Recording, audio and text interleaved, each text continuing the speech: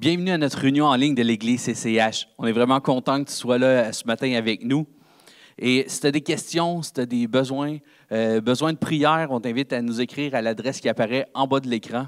Et aujourd'hui, on continue notre série qui s'intitule « Trois vérités pour une seule destinée ». Et le message de Laurent ce matin s'intitule « Connaître Dieu tel qu'il est, tout en s'approchant de lui tel que nous sommes ». Et je crois vraiment que ce message va t'inspirer et t'encourager ce matin. Bonne réunion. Yes, très heureux d'être avec vous ce matin. Je suis très content de vous voir.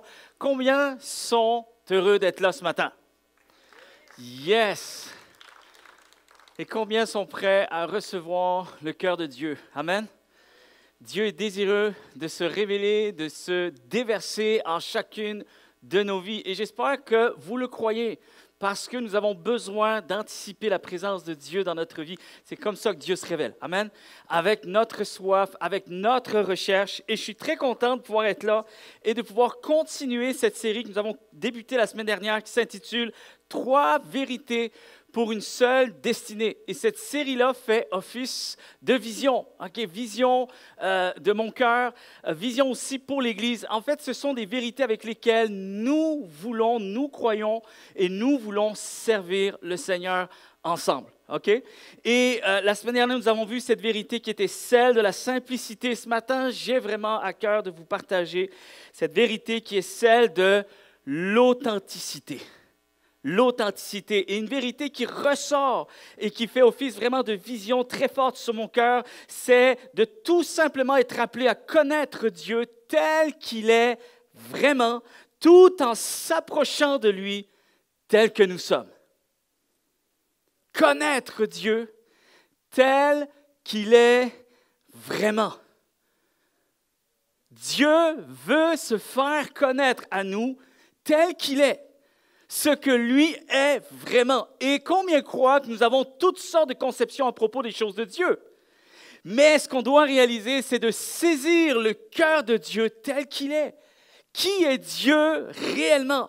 Et c'est ce que le Seigneur désire vraiment faire ce matin. Et vous savez, il y a un pasteur, Charles Finney, plusieurs siècles en arrière, a déclaré ceci, qu'après 6 décennies de service pour Dieu, il dit « Je peux vous dire que tant que vous n'êtes pas en paix avec Dieu, vous ne connaîtrez jamais de vraie paix dans cette vie. » Et j'aimerais encore une fois pousser la pensée et de dire ceci, et un peu je rejoins la pensée de C.S. Lewis qui a dit un jour ceci, « Sans Dieu, tout finira par nous faire défaut. » Sans Dieu, dans la vie, tout finira par nous faire défaut. Et j'aimerais aussi déclarer ce matin que la vie, ce n'est pas seulement de connaître Dieu. Et vous dites, ah oui?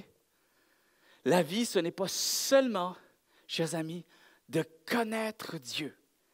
C'est aussi faire connaître notre cœur à Dieu. Amen. C'est une vérité, il en manque une deuxième. Pour que notre épanouissement spirituel puisse se vivre avec une pleine efficacité, avec un déploiement qui permettra justement que nous puissions avancer avec Dieu. Oui, nous sommes appelés à connaître et à saisir le cœur de Dieu tel qu'il est vraiment, mais je suis appelé en retour à lui faire connaître mon cœur. Amen. Et ça, c'est l'Évangile. Ni plus ni moins, l'Évangile. Le résumé de l'Évangile, l'histoire de Dieu pour l'humanité, c'est Dieu vient à nous et nous venons à lui. Amen. Et je vous dirais ceci, que j'ai trois points ce matin à propos de l'authenticité. Connaître Dieu tel qu'il est vraiment, tout en s'approchant de lui tel que nous sommes. Être simplement soi-même. Être simplement soi-même, la première des choses que j'aimerais vous partager, c'est de réaliser que l'Évangile fonctionne avec le cœur de Dieu et le mien. Amen. Le cœur de Dieu avec le mien.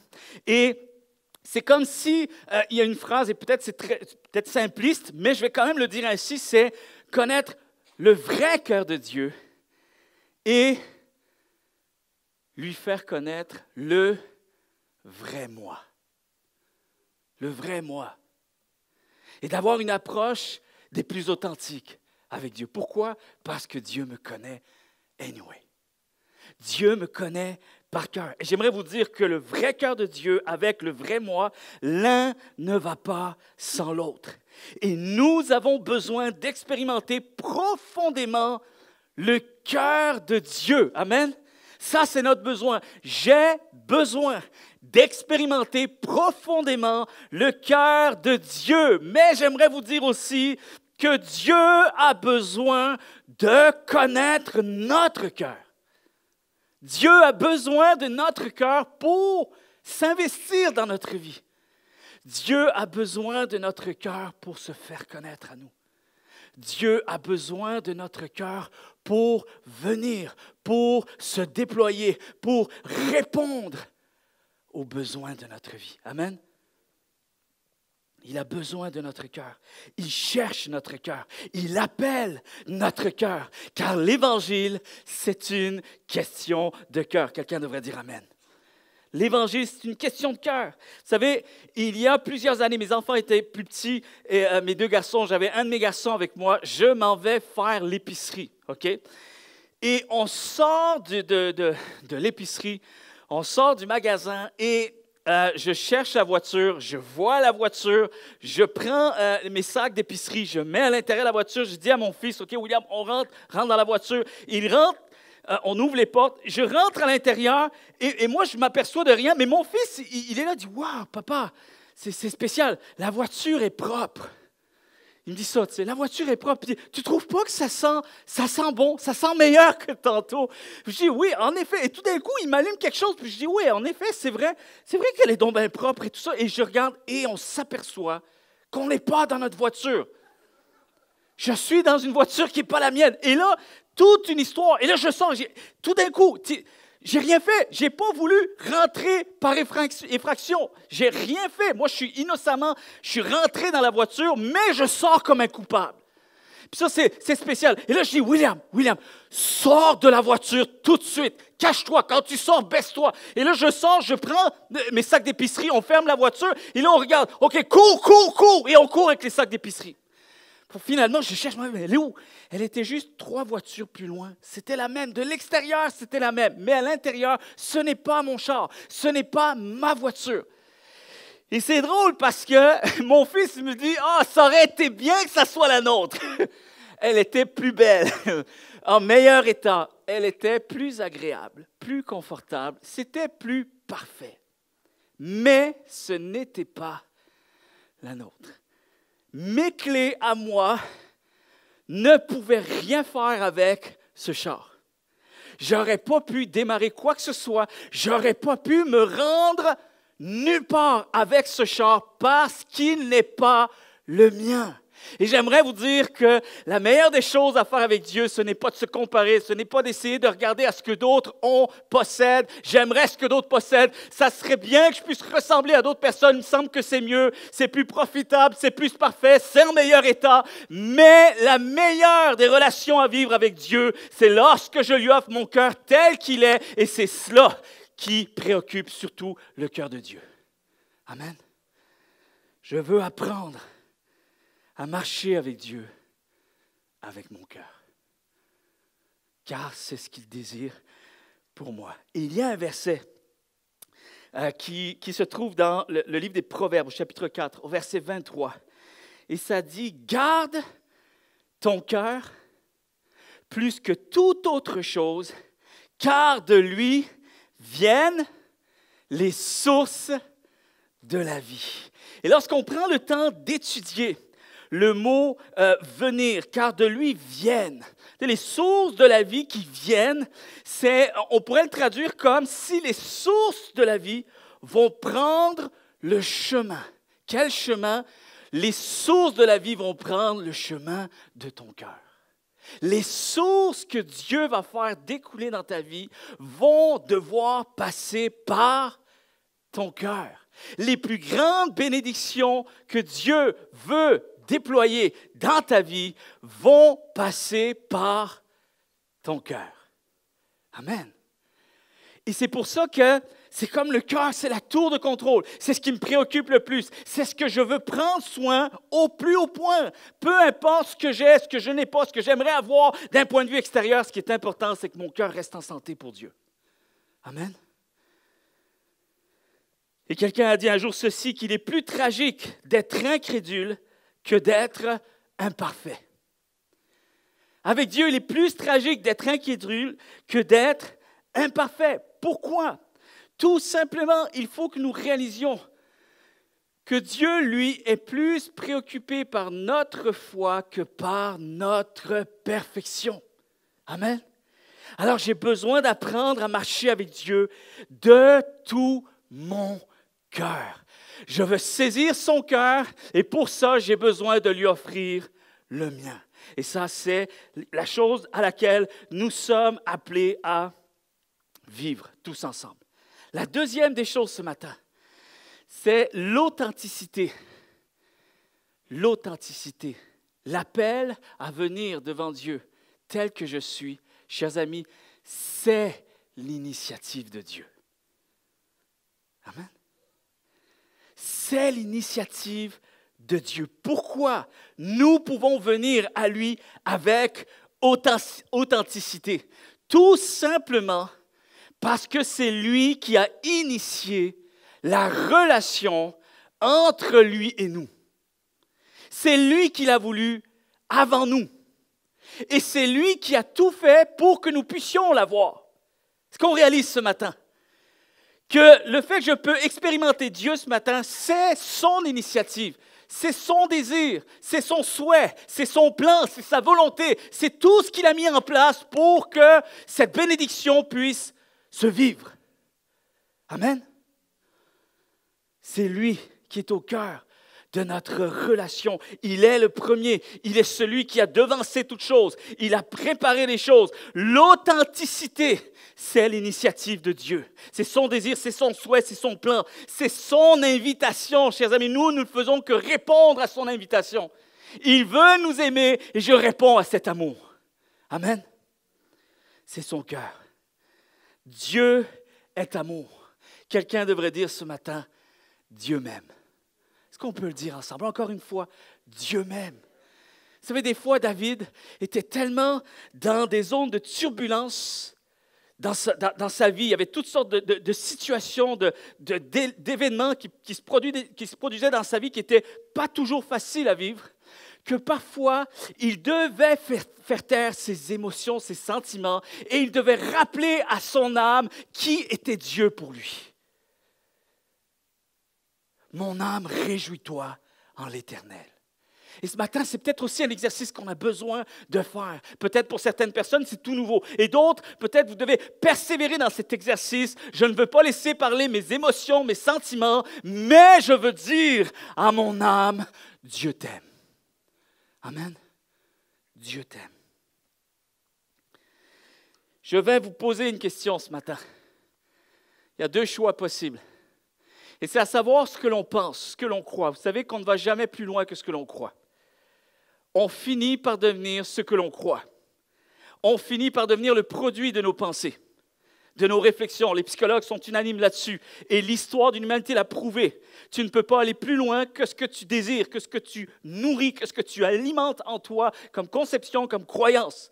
Et j'aimerais tout simplement vous poser la question, selon vous, est-ce que Dieu nous aime parce que Jésus est mort pour nous, ou est-ce que Jésus est mort pour nous parce que Dieu nous aime? Je vais répéter. Selon vous, est-ce que Dieu nous aime parce que Jésus est mort pour nous, ou est-ce que Jésus est mort pour nous parce que Dieu nous aime? Il y a des gens qui me font ça. OK, il y a les deux. Il y a une vérité dans les deux, mais une est faussement dangereuse. Je vais vous expliquer pourquoi. Vous savez, il y a deux façons de concevoir le meeting qu'il y a eu dans le ciel avant que Jésus ne vienne sur terre. Soit nous le voyons comme la première, Dieu nous aime parce que Jésus est mort pour nous.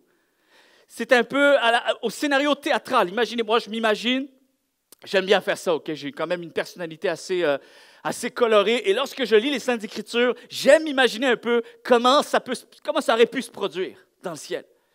Et j'imagine Dieu plus capable d'humanité.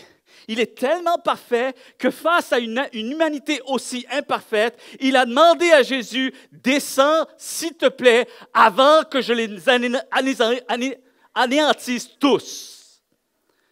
S'il te plaît, descends, sinon je les crève.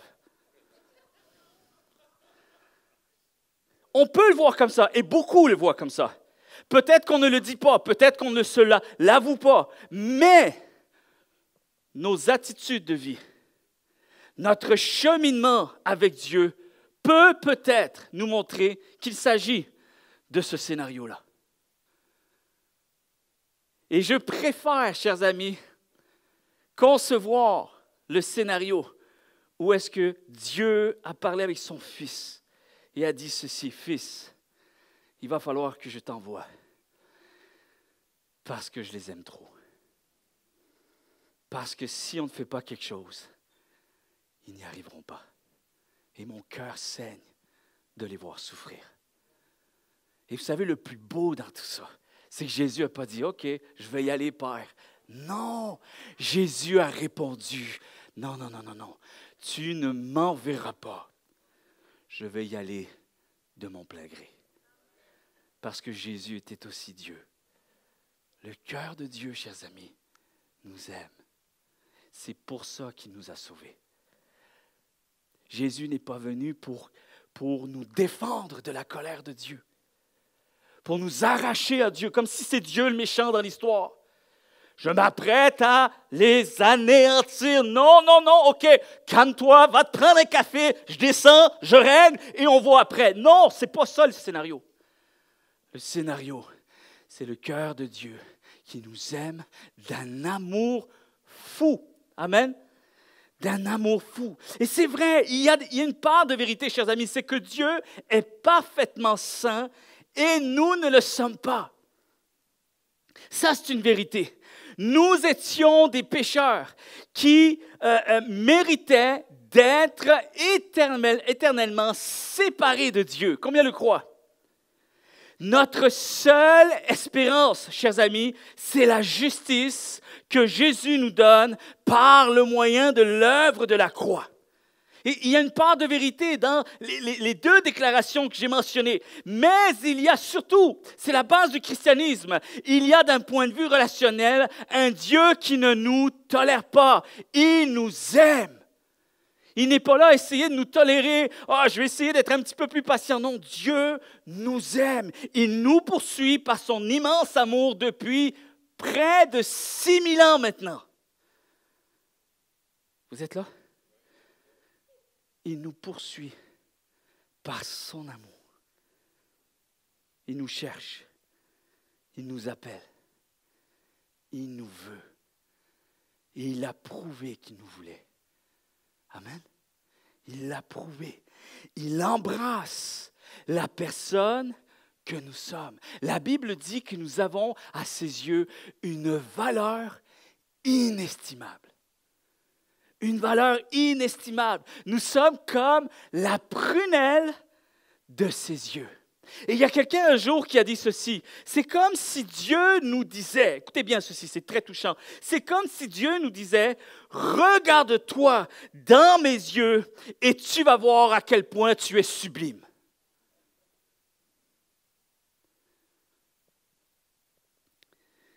Chers amis, Dieu n'attend pas une version améliorée de nous pour nous aimer. Amen. Dieu n'attend pas une version parfaite pour nous aimer. Dieu n'attend pas la version future pour nous aimer. Dieu n'attend pas la version impossible avant de nous aimer. Et le problème, c'est qu'on est là à essayer de mettre tous nos efforts pour nous arranger le plus possible, pensant que c'est ce qui lui tient le plus à cœur. Et que finalement, je vais peut-être essayer de parvenir à avoir une audience auprès du roi si seulement je suis assez parfait pour me tenir devant lui. Peut-être je vais réussir à atténuer sa colère, sa déception, ses exaspérations. Et on essaie de rendre fier Dieu plus qu'il ne l'est aujourd'hui. Et on veut faire sa joie. Amen. Maintenant, ce qui fait sa joie, ce n'est pas notre perfection. Et je ne dis pas qu'il ne faut pas changer. Je dis qu'on est appelé à venir à lui tel que nous sommes. Ça ne veut pas dire qu'on est appelé à rester tel que nous sommes. Ça, c'est un autre message. Mais ce qui fait sa joie, ce n'est pas notre perfection, c'est notre foi. En lui, en son amour. Notre foi en son amour. Réaliser qu'il nous a toujours aimés. C'est ça la foi. Avoir foi, croire que Dieu m'aime, il m'a toujours aimé et il m'aimera toujours. Amen. Il t'aime comme un fou. Il t'aime avec la version actuelle de ta vie.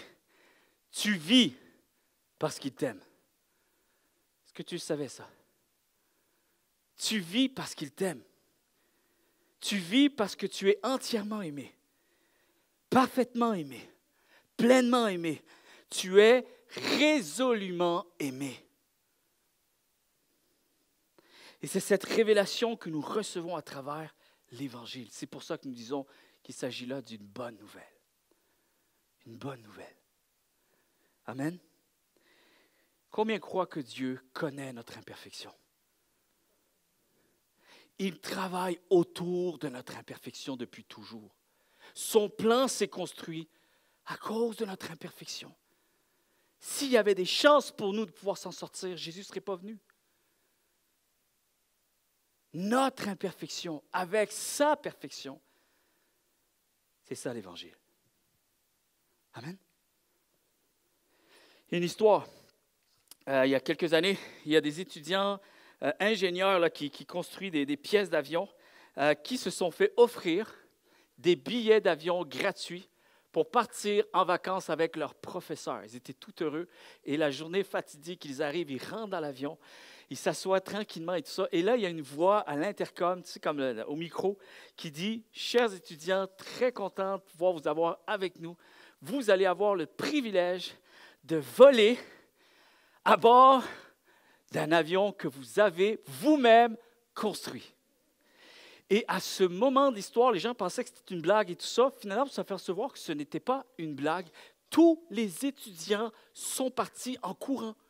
Ils sont sortis de l'avion et ils n'ont jamais voulu rester dans l'avion. Et là, l'agent de bord est là, il dit « Qu'est-ce qui se passe ça? » Et il voit le professeur. La seule personne qui est restée à bord de l'avion, c'est le professeur. Et là, tu vois, il reste avec une certaine assurance, une certaine confiance. Et là, l'agent de bord lui dit « Mais pourquoi vous restez? C'est quand même révélateur. Tous vos étudiants ont quitté. Ils n'ont même pas confiance en leur travail. Pourquoi vous restez? Comment vous faites pour garder confiance? Il dit, monsieur, j'ai pleinement confiance parce que je connais les capacités de mes élèves et je peux vous dire une chose, que cet avion ne pourra même pas démarrer.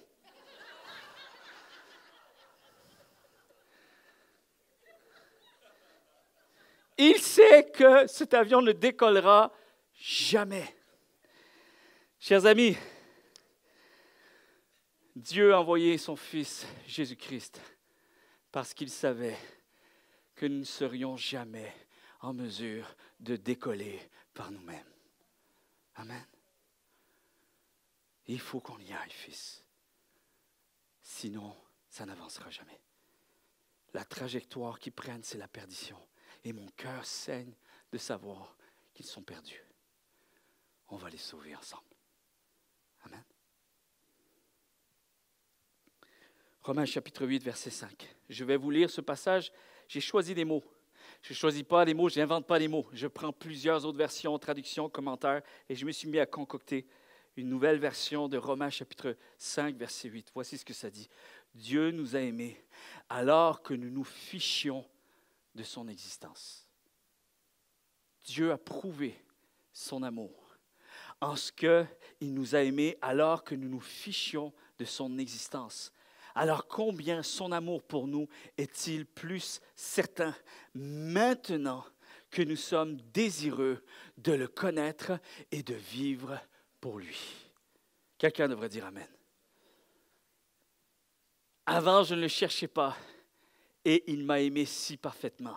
Imaginez maintenant que je cherche à le connaître, que je cherche moi-même maintenant à l'aimer. Imaginez un peu ce que ça fait de plus. Et je ne peux pas me permettre de douter de son amour. Amen. Je veux avancer vers lui avec une assurance et avec une pleine authenticité, d'un cœur tout entier, un cœur sincère. Et ça, c'est un peu cette autre version d'Israël qui a tellement eu peur de Dieu, qui ont demandé à Moïse, « Moïse, tiens-toi entre nous et Dieu, s'il te plaît. » Ils ont eu peur de ce que, finalement, c'était la colère de Dieu. Ils n'arrivaient pas à voir autre chose que la grandeur, mais la grandeur de Dieu qui les terrifiait. Et qui ne se sentaient pas suffisamment à la hauteur pour pouvoir s'approcher, s'avancer vers lui. Alors, ils ont trouvé des entremises, des intermédiaires pour essayer d'atténuer la colère de Dieu. Et le cœur de Dieu a saigné à ce moment-là. D'ailleurs, les commentateurs, les spécialistes de la Bible disent que c'est l'heure la plus sombre du peuple d'Israël, parce que c'est à cause de cette attitude, de ce comportement qu'ils n'ont pas pu entrer par la foi à travers toutes les bénédictions que Dieu avait pour eux, parce qu'ils ont douté de sa nature, de son cœur et de sa bienveillance à leur égard.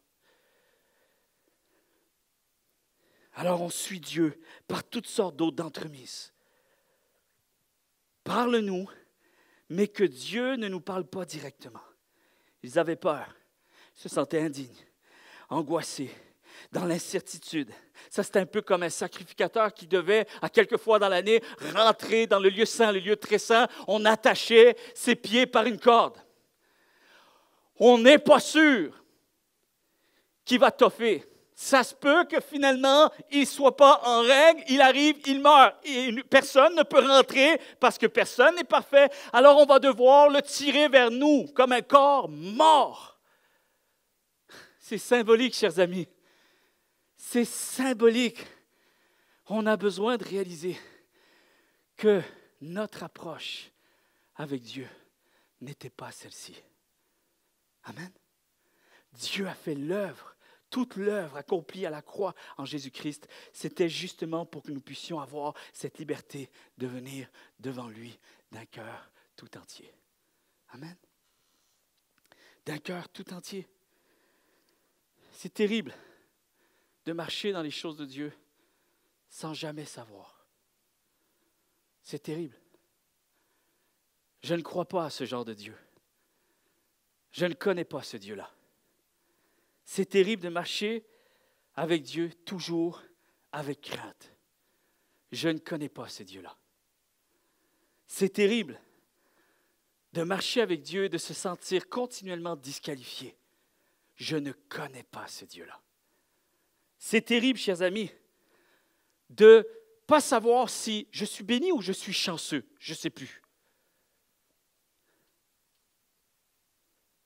C'est terrible de mélanger entre une vraie relation et de la superstition. Tu ne sais plus. C'est terrible. Je ne connais pas ce Dieu-là. C'est comme si Israël savait, il se savait gracié par Dieu, mais il n'arrivait pas à croître dans cet amour. Je ne connais pas ce Dieu-là. Sans jamais parvenir à s'épanouir réellement. Je ne connais pas cette vie chrétienne-là, chers amis. Être chrétien, sans parvenir à être totalement libre. Toujours craintif, dans l'incertitude, prudence, à l'écart, comme un enfant indigne. C'est la pire des vies à vivre. Ça, pour moi, ce n'est pas un cadeau, c'est un cadeau empoisonné, ça. Chers amis, vous êtes là? Ce n'est pas ça, l'Évangile. C'est une bonne nouvelle. La grâce de Dieu, la liberté en Jésus-Christ. Pas mon œuvre, la sienne. Pas mes conditions, les siennes. Ce n'est pas mon initiative, c'est la sienne. Et en plus, le chemin a été totalement parcouru. Je n'ai même pas à rien faire pour mériter son amour. Est-ce qu'on peut juste apprendre à marcher avec Dieu avec une pleine authenticité, sachant que nous sommes pleinement libres de pouvoir l'être? C'est ça. Je pouvais parler de plein d'autres choses à propos de l'authenticité, mais j'ai préféré choisir cette avenue-là, cette alternative. Mais qu'est-ce qui nous permet, qu'est-ce qui rend l'authenticité accessible maintenant devant Dieu? Tout simplement parce que c'est son initiative.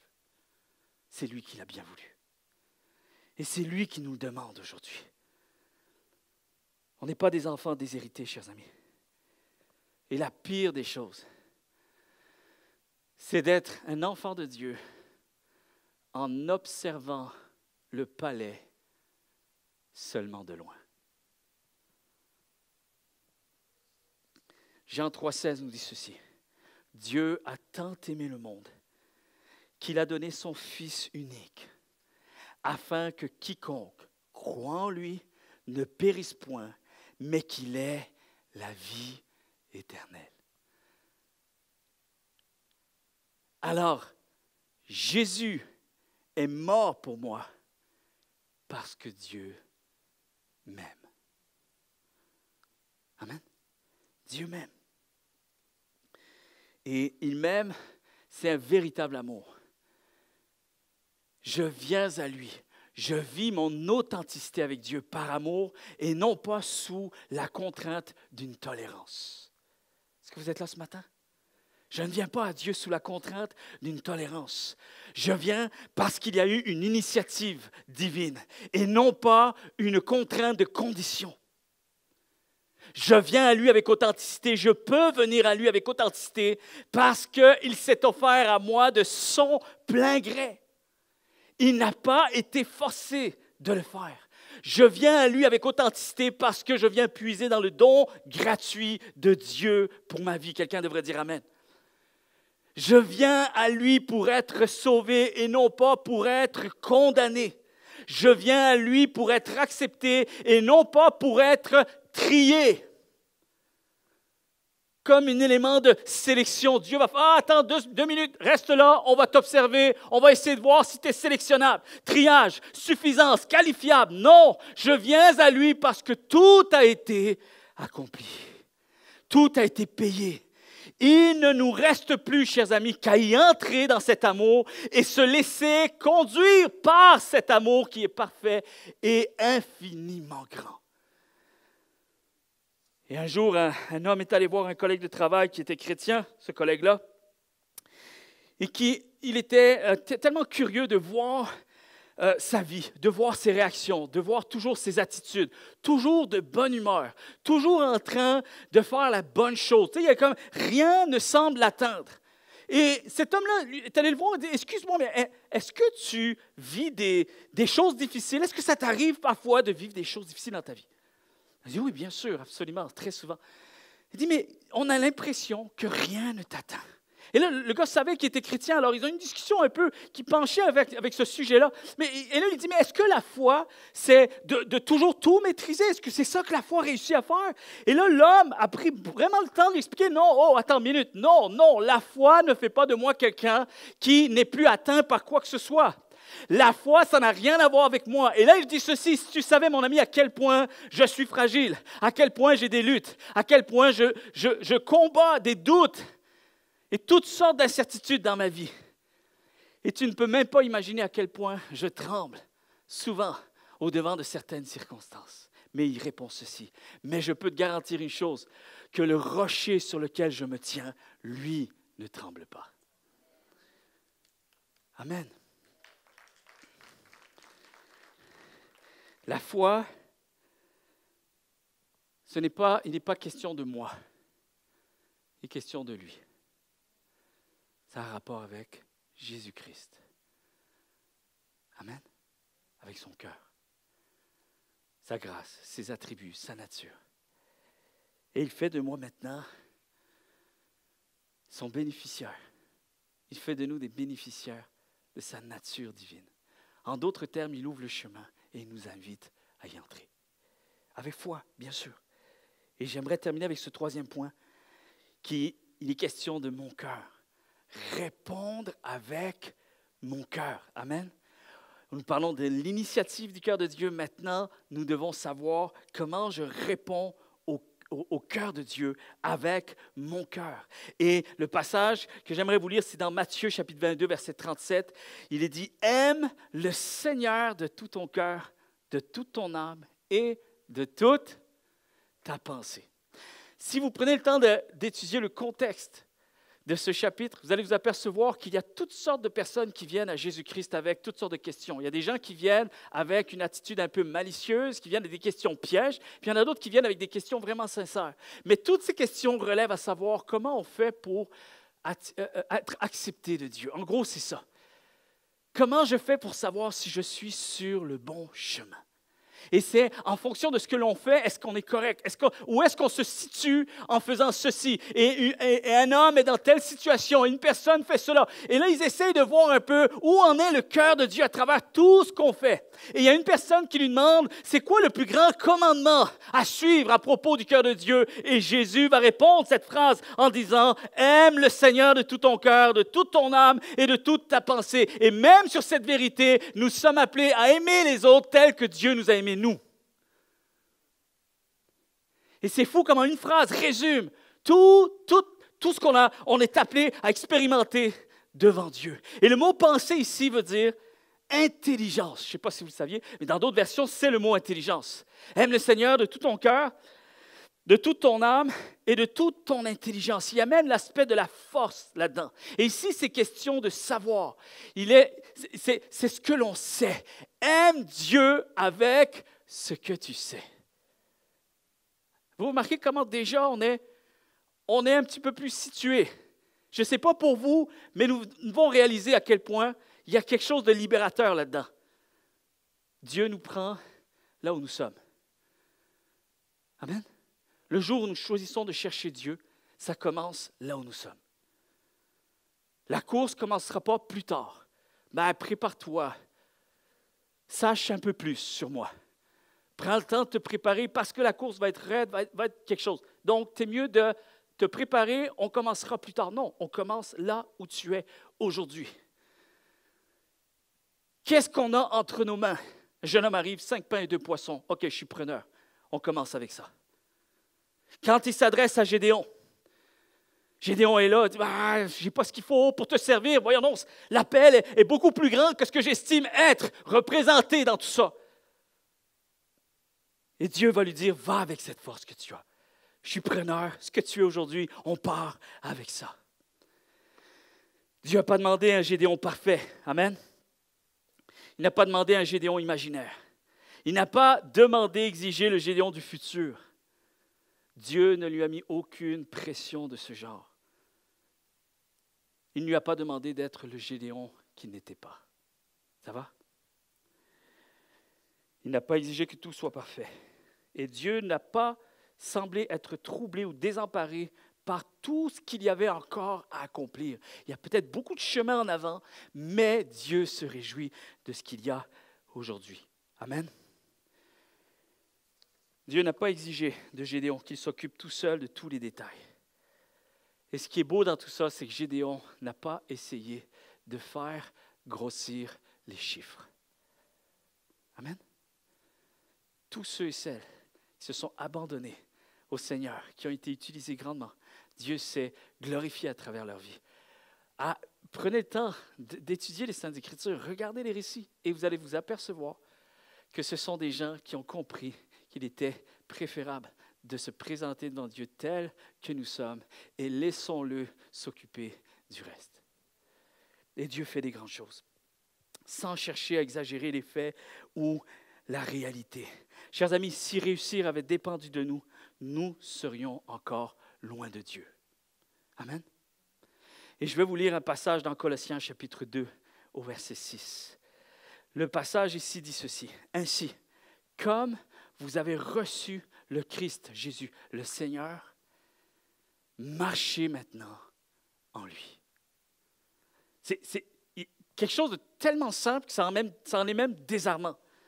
C'est comme si l'apôtre Paul demande à ce que, OK, continuez à vivre comme vous l'avez vécu la toute première fois. Continuez à venir avec ce même état d'esprit, cette même disposition de cœur. Continuez à venir à lui tel que vous êtes.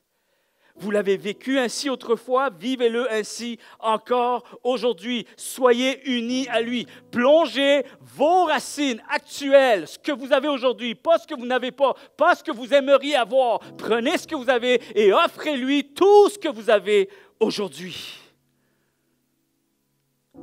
Au verset 7, il dit « Restez solidement dans la foi qu'on vous a apprise et remerciez Dieu avec beaucoup d'ardeur. » Vous savez, ici, Paul fait connotation du fait que réalisez constamment le privilège que vous avez reçu de connaître Jésus-Christ. Il n'y a aucun mérite, ce n'est que pur privilège. Assurez-vous jusqu'à la fin de votre destinée, jusqu'à la fin de vos jours, assurez-vous que ce qui va demeurer le plus dans votre existence, dans votre relation avec Dieu, c'est cette reconnaissance, action de grâce. Ce privilège que je réalise constamment, continuellement, chaque jour de ma vie. Et je viens à lui avec un cœur plein de reconnaissance. Je sais que ça n'a pas été moi qui a fait la différence. Je sais que c'est lui qui a tout initié. Amen. Et je vais continuer à venir à lui avec cette même liberté, ce même privilège de pouvoir venir à lui tel que je suis. Quelqu'un a dit un jour ceci, n'essayez pas d'être quelqu'un d'autre, car la place est déjà prise. Vous êtes unique. Il n'y a que vous devant Dieu. Amen. Il y a 7 milliards d'habitants sur la terre. Mais lorsque vous venez devant Dieu, il ne voit que vous. Il ne vous compare pas à quelqu'un d'autre. Il ne regarde pas à ce que vous auriez pu faire de mieux. Et il ne vous dit pas tout ce qu'il aimerait que vous viviez par la suite. C'est ça qui est merveilleux avec Dieu. Une chance qu'il ne me donne pas tout le planning de mon existence. Une chance qu'il est assez rempli d'amour à mon égard pour me donner ce que j'ai besoin, ce que je parviens à recevoir aujourd'hui. Et la suite, il s'organisera plus tard. Vous savez que Dieu est patient avec nous. Amen. Une histoire. Un homme du nom de Simon qui se sentait tellement petit devant Dieu à chaque fois que il avait l'habitude, il parlait difficilement, il avait de la difficulté à s'exprimer. Pour lui, la prière, c'était un exercice vraiment difficile. Parce qu'il avait tendance à définir sa foi avec, je ne sais pas, peut-être son aisance, son éloquence devant Dieu. Bref, il se sous-estimait énormément. Et il avait toujours l'impression que ce n'était pas suffisant devant Dieu. Comme si Dieu était tellement grand qu'il se sentait tellement indigne. Et il y avait une phrase qu'il disait toujours dans ses prières. À chaque fois qu'il commençait, c'était un peu pour démontrer sa simplicité avec laquelle il venait devant Dieu. Et il disait toujours ceci, « Jésus, c'est moi Simon, c'est moi. Je ne prétends pas être quelqu'un d'autre.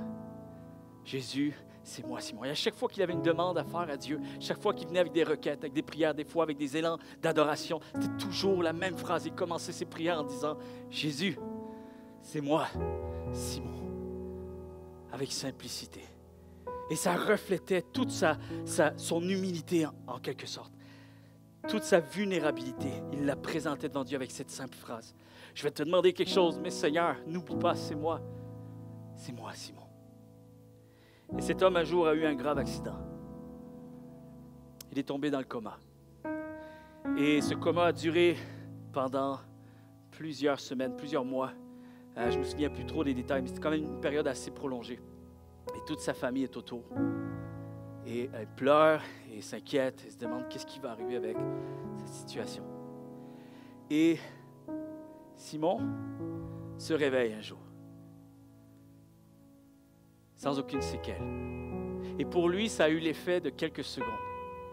Il n'a pas conscience que ça fait des semaines et des mois qu'il est dans le coma. C'est comme si ça venait d'arriver. Mais lorsqu'il se réveille, il est en larmes, il pleure. Tout le monde s'inquiète, il se demande qu'est-ce qui se passe. Simon, parle-nous, qu'est-ce qui se passe? Il pleure. Et il vient de réaliser quelque chose. Et ça a fait de cet homme un homme plus confiant en Dieu. Un homme qui a compris le cœur de Dieu à travers cette expérience. Il n'a entendu qu'une phrase avant de se réveiller. Une seule phrase. Il a entendu, « ceci. Simon, c'est moi, Jésus. Simon, c'est moi, Jésus. Et Simon a compris que tout ce temps où il venait à essayer de se débattre avec Dieu, Dieu prenait cette prière. J'entendais ton nom, j'entendais tes prières. J'ai accueilli tes prières. Je t'ai accueilli, Simon. Je t'aime. Tu es avec moi depuis toujours. Je suis toujours avec toi. Et Simon est tellement touché parce que Dieu lui a fait vivre à travers cette expérience. Peut-être ça ne parle pas à d'autres personnes parce que c'est une expérience très personnelle. Mais lui savait que Jésus avait accompli quelque chose de bien précis pour sa propre vie. Il en ressort de cette expérience. Et il sait que Jésus l'aime tel qu'il est. Amen. Tel qu'il est. Il y a un chant qui dit ceci. Un chant qui s'intitule « Tu m'aimes ». Écoutez bien. J'ai cherché en vain les trésors de ce monde. L'âme vide, le cœur brisé. Tu m'as vu, errant sur les routes de ma honte. Mais tu ne m'as pas laissé tomber. Combien peuvent en dire autant? Amen. Tu ne m'as pas laissé tomber. Quel amour a bien pu inciter ton cœur à courir après le mien? Qui suis-je pour que tu aies couru autant après ma vie? Ma vie avait-elle autant de valeur pour que les clous percent tes mains? Tu as fait preuve de tellement de grâce à mon égard lorsque tu as tout accompli. Mais ta mort n'était même pas la fin de l'histoire. Tu es revenu à la vie afin que tu me ramènes à la vie. Et voici le refrain. Tu m'aimes, tu m'aimes, tu m'aimes. Malgré mes circonstances et mes offenses, tu m'aimes. Au prix de ta vie et sans répit, tu m'aimes. Tu t'es offert bras grands ouverts. Tu t'es battu pour moi, Jésus. Oh mon Dieu, tu m'aimes. Tu m'aimes. Tu m'aimes. Je viens à toi tel que je suis, parce que tu m'aimes. Amen. Tu m'aimes. On se lève ensemble.